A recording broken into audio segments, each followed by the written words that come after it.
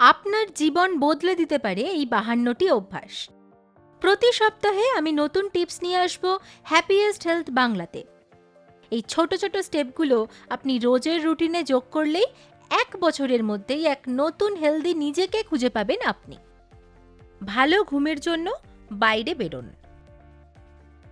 ভালো ঘুম চান? সকালে রোদ পোহান।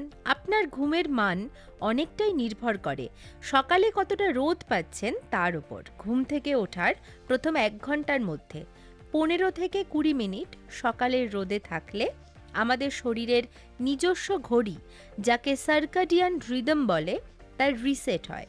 ফলে রাতের ঘুম হয় আরও গভীর ও আরামদায়ক। সকালে রোদে গেলে শরীরে মেলাটোনিন, যেটা ঘুমের হরমোন, তৈরি হওয়া বন্ধ হয়। আর এমন কিছু হরমোন খরিত হয় যা আপনাকে সারা দিন চনমনে রাখে আর রাতে ঠিক সময়ে ঘুম আসতে সাহায্য করে।